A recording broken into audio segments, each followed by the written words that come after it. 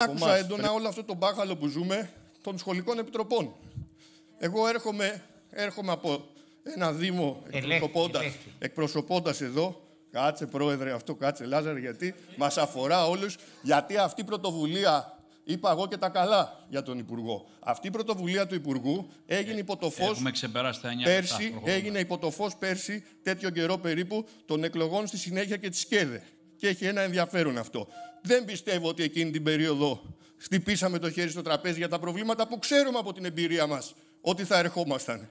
Πήγαμε λίγο χαμηλά. Εγώ δεν θα πω καθόλου, δεν θα πω 0, αλλά πήγαμε πολύ χαμηλότερα των προσδοκιών που είχαμε όλοι. Εγώ τότε στο Διοικητικό Συμβούλιο τα φώναξα.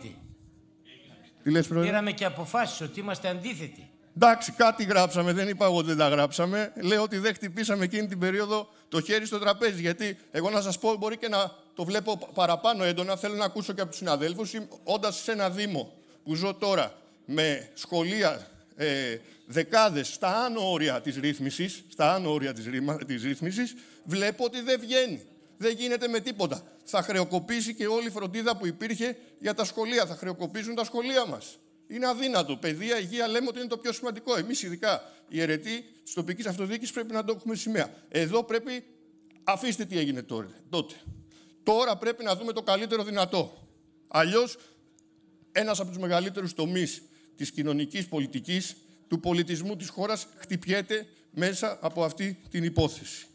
Είναι σημαντικό να ενσκύψουμε εκεί, γιατί υπάρχει διάλυση της σχολικής κοινωνίας, της μαθητικής κοινωνίας. Δεν θα σας κουράσω περισσότερο για σήμερα. Νομίζω ότι αυτά είναι μερικά από τα θέματα που πρέπει να τα έχουμε μπροστά. Πρέπει να τα δούμε με δύναμη, με ενάργεια, με γνώση και να καταφέρουμε από το συνέδριο της ΚΕΔΕ να βάλουμε μία πλώρη διεκδικητική, μαχητική, όπως την κατέθεσε και ο Δήμαρχος του Πειραιά και άλλοι δήμαρχοι εδώ, και να πάμε σε ένα άλλο πλάνο, έχοντας αρκετό χρόνο μπροστά μας πια, διεκδίκησης και επίτευξης συγκεκριμένων στόχων με συγκεκριμένο πλάνο. Ευχαριστώ πολύ.